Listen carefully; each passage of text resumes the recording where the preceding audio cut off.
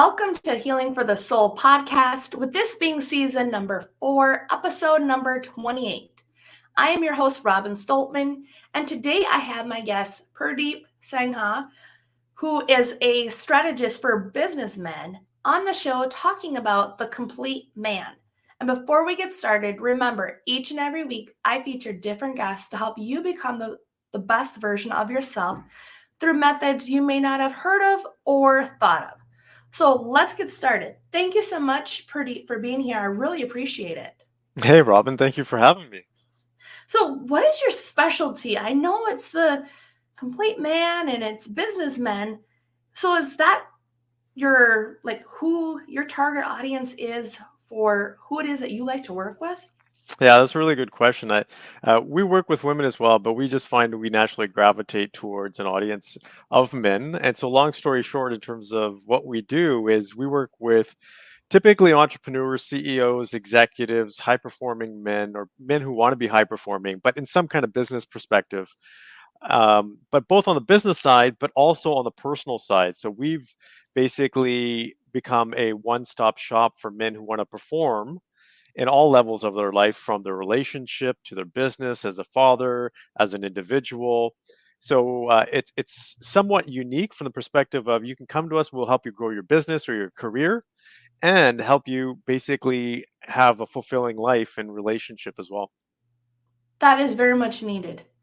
There is not enough help for men in all aspects of that.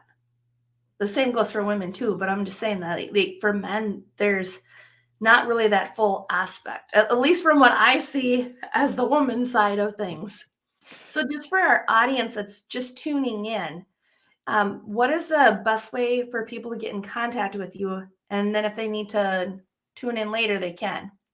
Sure. The best way is just to reach out to our team, which is team@purdeepsangha.com. You can connect with me on pretty much every social media channel. I'm most active on LinkedIn. And our handle is Purdeep Sangha. So it's pretty simple. So feel free to reach out, connect, send a message. And I'm more than happy to respond personally myself. Awesome, which you don't get very much these days. I'm kind of finding that out. Yeah. I like that connection with people, not the robots. Yeah, it's important for us. It is very much. So who or what inspired you to do the work that you do? Wow, this is an interesting question that you posed there. So, what inspired me to do this is essentially, it was a need. It's a need, as we talked about before. There's a need to be able to provide men with the services that we do and the advice that we do, and also just my life in terms of how I experience life. It just so happened that the experiences throughout my life have led me to this path where we have an expertise in helping men specifically, both on the business side and performance side. So, long story short, I've been a student of human potential since I was 17 years old, studying neuroscience and how the brain operates, and psychology, and all of these elements of, okay, how do we be our best and perform at our best? I also grew up in an interesting household, coming from Indian ethnic background, had traditional, you can say, gender roles in the Indian culture. My parents immigrated from India, and I saw a different side to society as well, because our family functioned very well from that perspective, traditional gender roles, which is kind of being frowned upon today, and in terms Yeah. of the differences between men and women. And I also had a unique background where my grandfather, so we lived in an extended family, was also a very spiritual man, and so he was also in the Indian Army for 30 plus years. So I saw this military side, but also the spiritual side, because my great grandfather was a spiritual teacher in India for over 50 years. So I grew up Wow. with all of these different dynamics. And the one thing that really led me to this path was the challenges that my dad had. My dad came to this country with $11, didn't speak English, built a successful business, but he was never really fulfilled in life. You could tell something was missing. And as a result of that, he went towards alcohol. So he had you can say, an addiction to alcohol. So struggled with alcoholism his pretty much as long as I knew. And what happened was, he was a great dad sober, but when he Mhm. drank too much, he became a different person. And he was a big guy, a physically big man, had a lot of presence. So when he was sober, it was amazing, because you could feel his presence without him having to say anything. But when he drank too much, it was very scary as a young boy. So I started to study his behavior, why he would do certain things, when he would drink. For example, I try to predict when he would drink and how much he would drink based on his behavior. And long story short, it's led me to having the expertise to be able to work with men, to see the challenges that they faced, how to help them overcome them. And my dad's goal was essentially to hit 65. That's the pension age. That's Yeah. when he was going to take his foot off the pedal and say he did it. He came to this country with next to nothing. But because of his alcoholism, he had diabetes that accelerated, and he died at 64 and a half from a sudden heart attack. So he didn't make it to his Oh, goal. He didn't make it to that point where he was finally going to pat himself on the back. And I'd like to say that that is uncommon, but it's not. It's very common because many men face these types of challenges and go through similar struggles that my dad went through. And I've gone through struggles in my life as well, from almost failing relationship and marriage, to the challenges of being a father and an entrepreneur and all these things that men and even women struggle with. But and the expectations of today's society, that is what's led me to what we do. We are very specialized in our work. We're very good at what we do. And our goal is to help men be successful in all aspects because we truly believe that if we can help a man be more successful in his business or career, he's going to have, you could say, more energy and ability to be a better father and a better husband. So we have stronger family units. And that's what we need more of, both in Canada, where I am, and the United States, where you are, because the family unit is degrading, and it's our mission to help bring that back. I love that mission. That is like the mission that we all need because I agree with you wholeheartedly. I am so tired of the way things are going in society downhill. To me, it's going straight to hell. And I'm like, I'm tired of it. I've just finally had it and I've just been more outspoken about it because it's like you want to have better people that are productive in society. The family unit, the man, the woman working together, raising the children, realizing that they are leaderships in their own home. They are leaders. That's where it starts. You Yes. can't blame school, you can't blame the doctors, you can't blame anything else. You have yourself as a parent to say, "Hey, I'm the reason why my kid is screwed up. I accept that, and what can I do about it?" And it sounds like you've got a program that can help achieve that, which is desperately needed. Hmm. Yeah, we're very passionate about the work that we do, and we do it both from a perspective of experience Mhm. and the clients that we worked with, because we work with many clients, but also we have a very science-based background as well.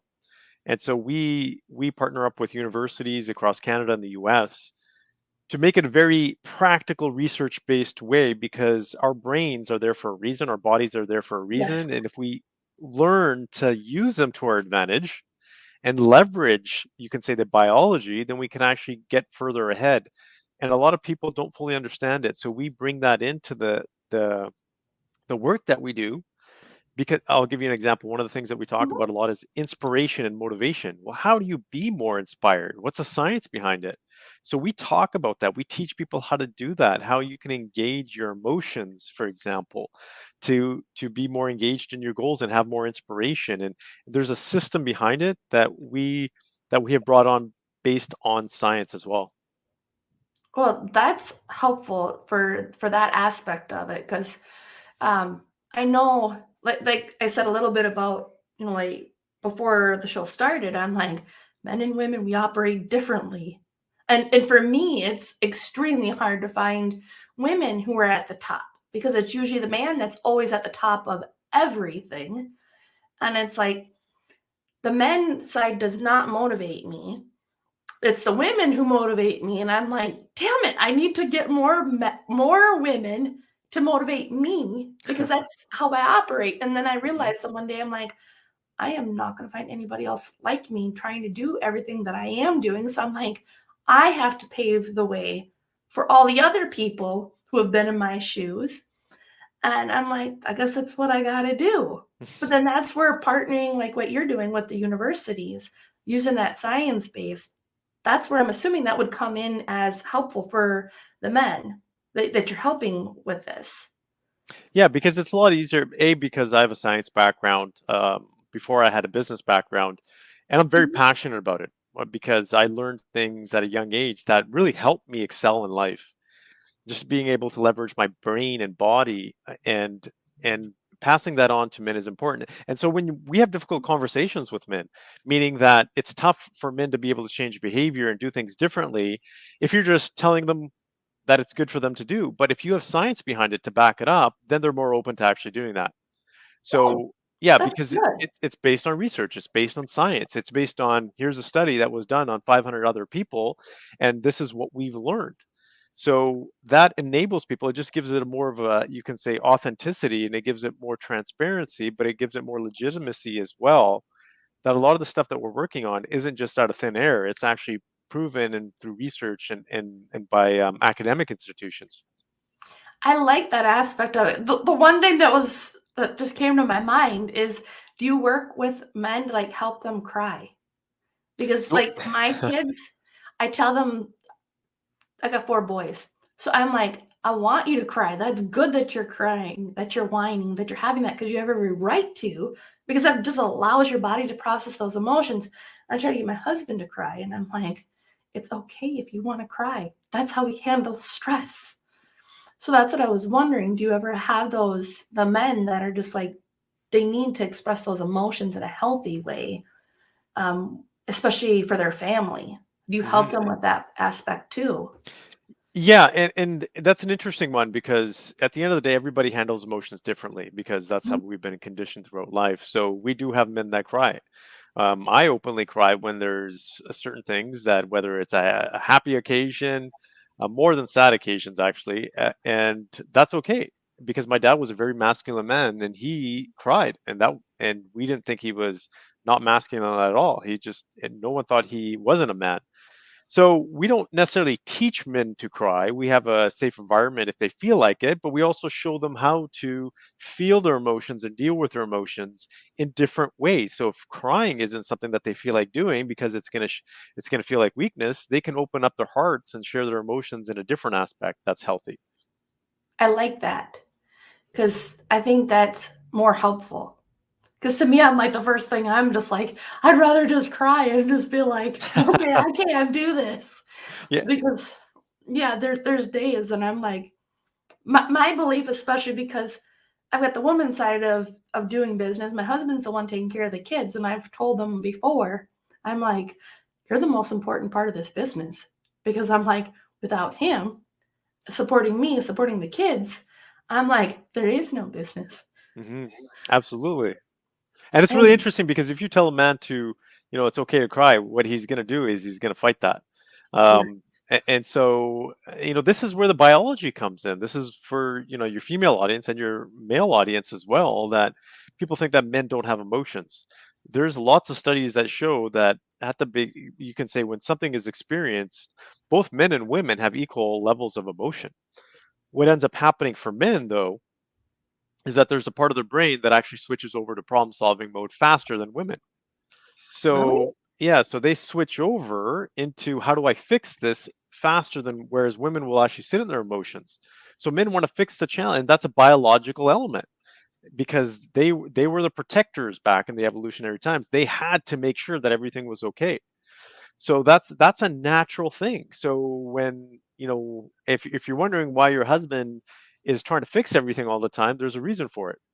Yeah, he's always trying to help me some way in the business, and I'm like, I don't know how. Like when I've been struggling, like when I've been in my lows recently, energetically wise, he's like telling me this and telling me that, and I'm like, where are you just like coming up with this?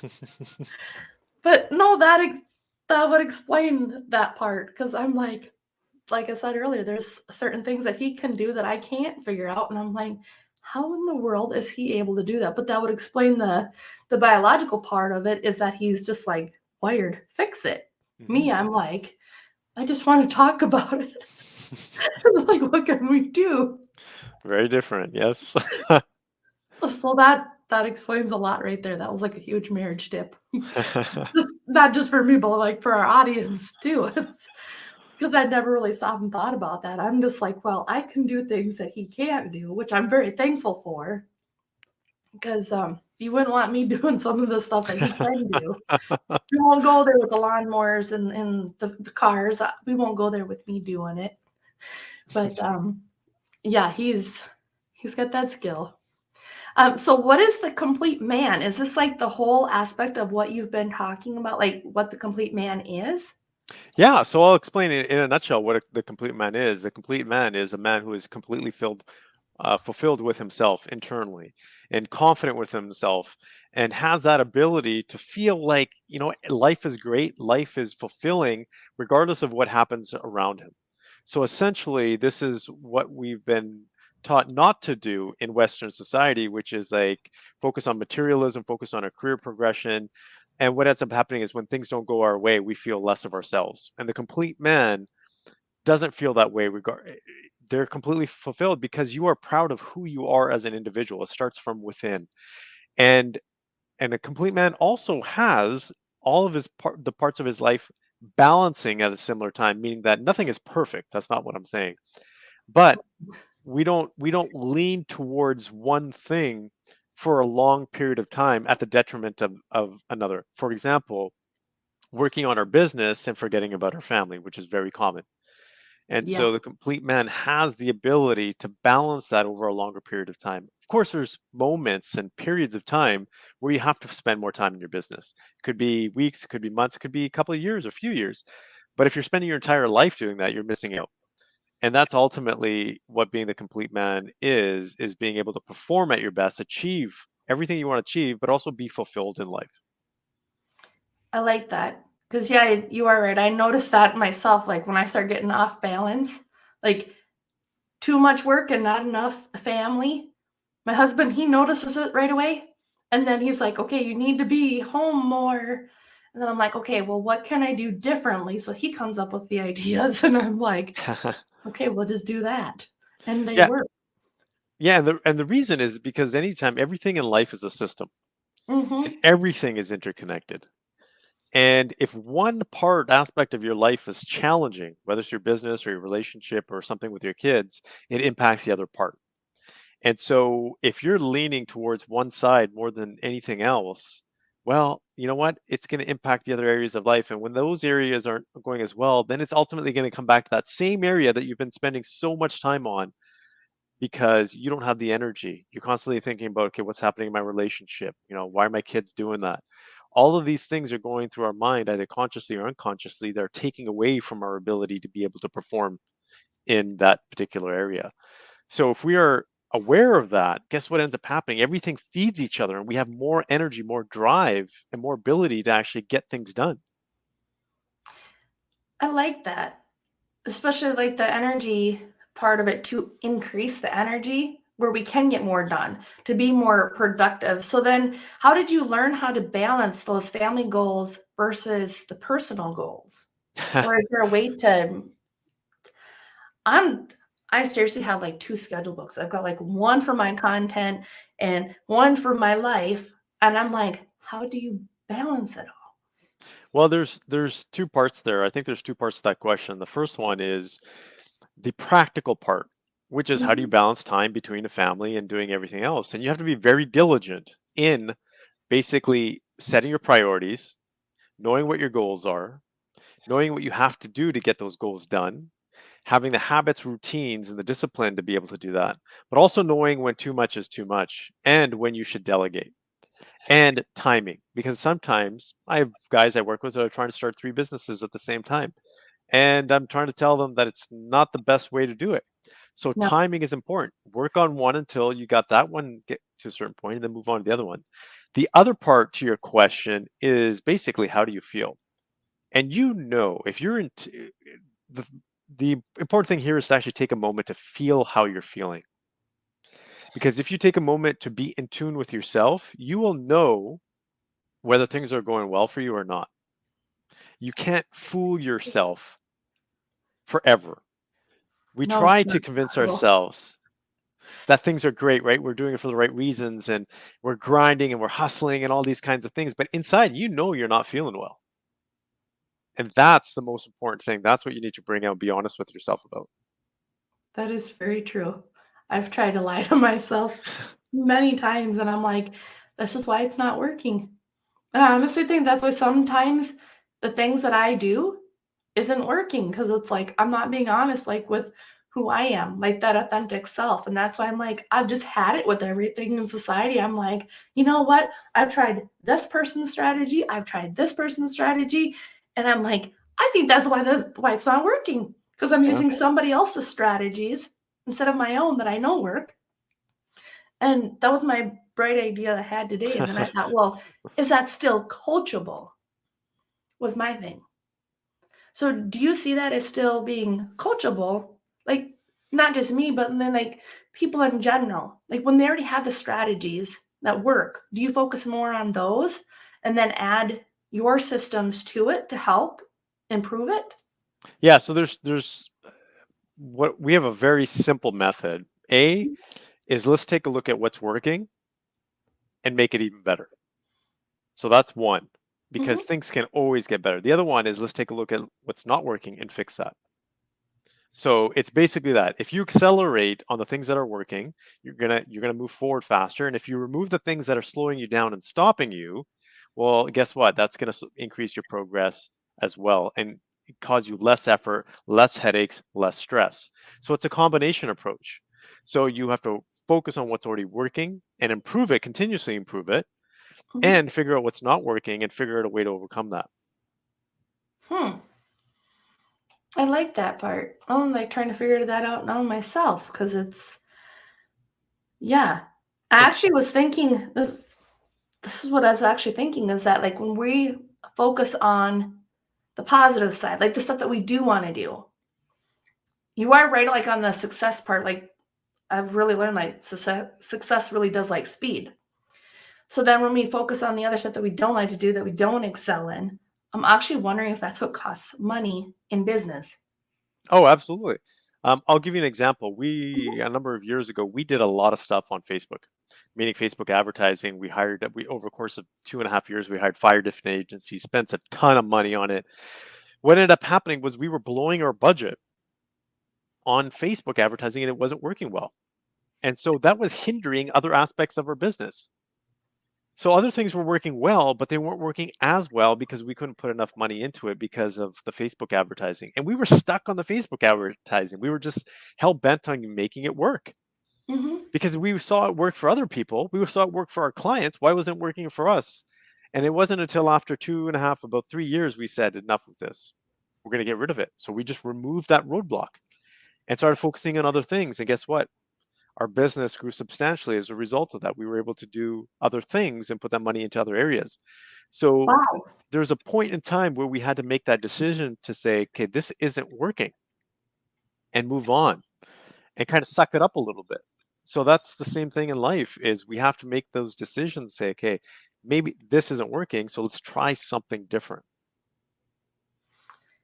And I think that's where, like when the pandemic hit, I think that's where a lot of businesses went under. I don't think it was just like, I don't think it was just the government part of it. No.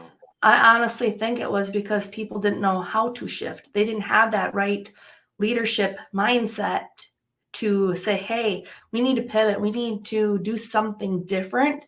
Like, what can we do that we haven't done yet? And I think that's where a lot of them honestly went to crap. Yeah, and I think this is where a lot of our clients actually excelled in COVID because we had the expertise to be able to show them this.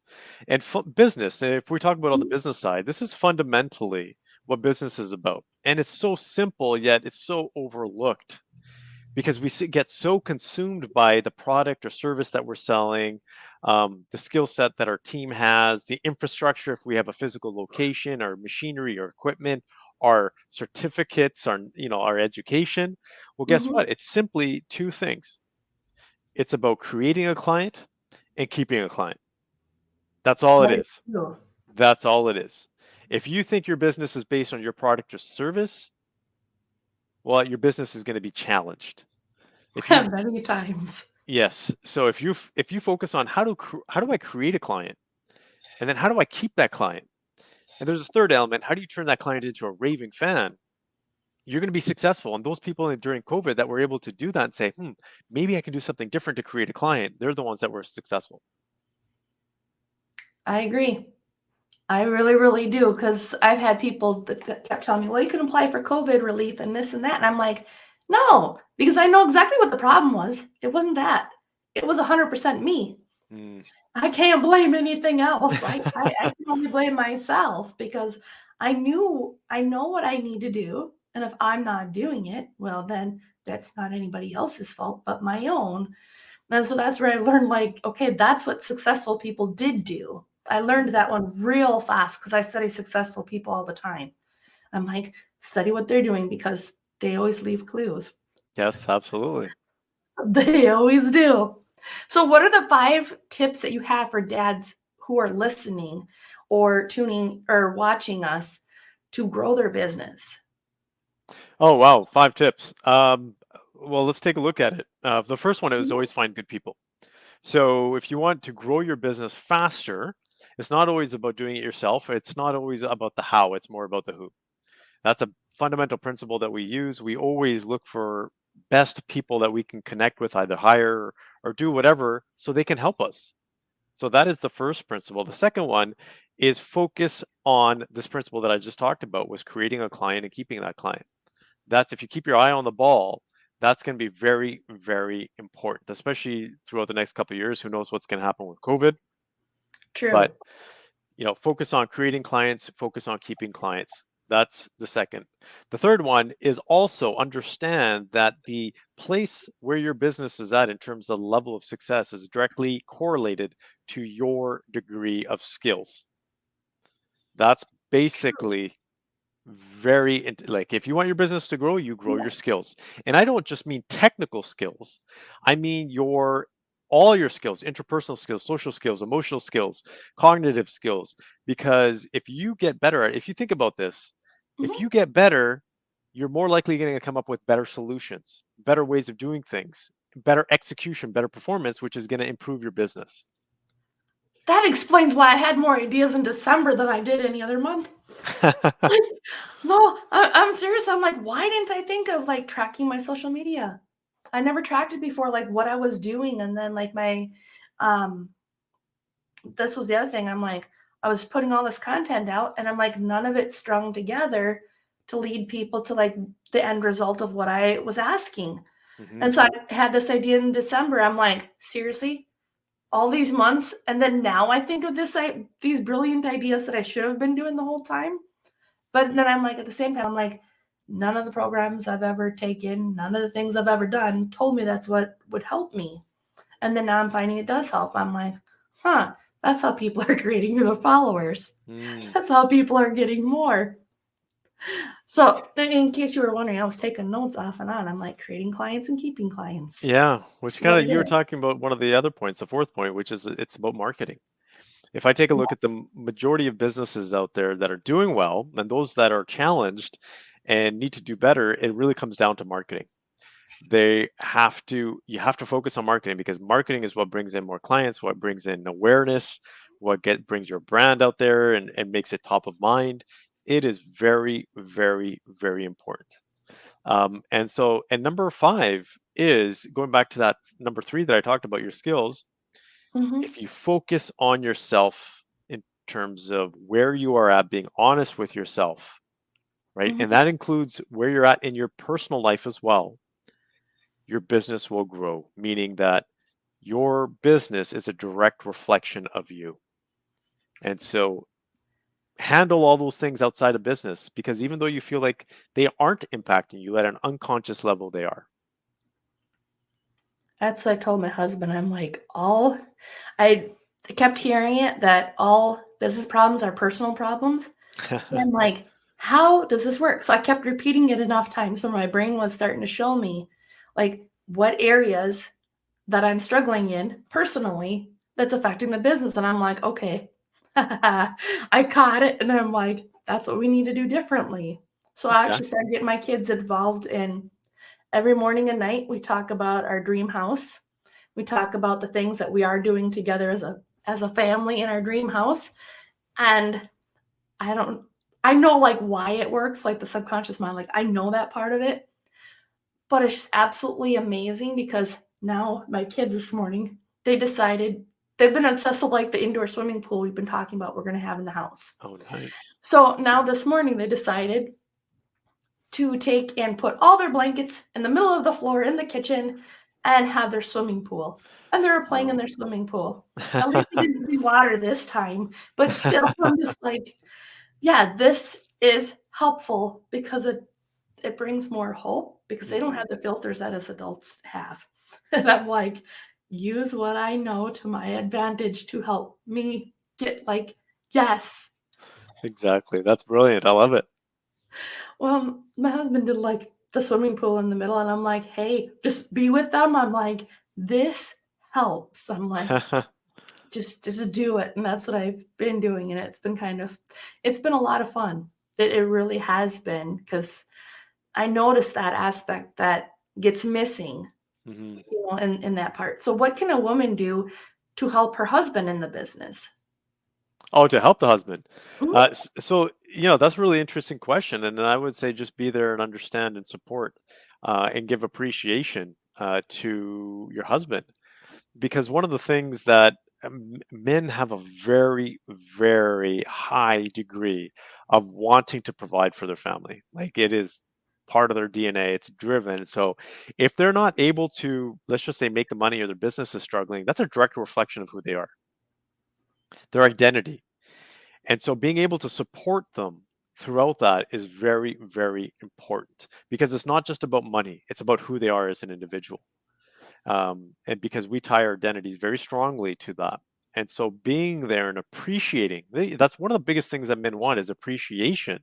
Not necessarily saying, hey, thank you for everything, but just that level of respect that my family knows and understands that I'm working my butt off for them goes a very long way for men. And making sure that and this is more of a traditional type. And Mhm. again, it depends on how the marriage works and how it, whatever works for you works for you. But making sure that all those other stressors aren't necessarily there that shouldn't be there. Or, let's just say getting rid of all the stress that they don't need to deal with because that enables them to focus on the business or the career because that's what they feel like they need to do. That would make a lot of sense. I told my husband, I'm like, if you just clean up the house, that would help. Yeah. That would just help. And I'm like, because when I'm like, okay, so now I got to add laundry to my long list of stuff I already do. Because I've asked him, like, just please do the laundry. Just please clean the house a little bit. Because I'm like, if you can do that much, that helps me in the business. I'm like, Mhm. it made like no sense to him. And I'm like, no, but it makes sense because if I have to switch my focus from what I need to do, it like brings me down. So I would agree with that. That women, if you've got your man in business, do that and like decrease their amount of stressors. Just because I know like the woman side of it, I'm like, it's a lot of work I'm already doing. And then you expect me to do even more work. And it's like, what the heck? But I don't have any employees though either. So I think that makes it a little bit more difference too. I don't know if it does like when you've got employees versus don't have employees, but I'm assuming having an employee or a virtual assistant doing all these wonderful things that people have that I don't currently, I'm assuming that helps. The stress part of it. Yeah, I guess it can help, definitely. Well, I've really enjoyed this conversation a lot. And it's just, yeah, I've learned a lot. I really appreciate it because, like I said, I get the woman side of it, and I'm like, I'd like to hear the man side of it. Like, what can we do as women to support our men better, to support our families? Ultimately, is where it comes down to. Yeah, this has been a great conversation, and I appreciate you having me. So, what's the best way for people to contact with you? One more time, just for our audience. Yeah, so reach out via email, team@purdeepsangha.com.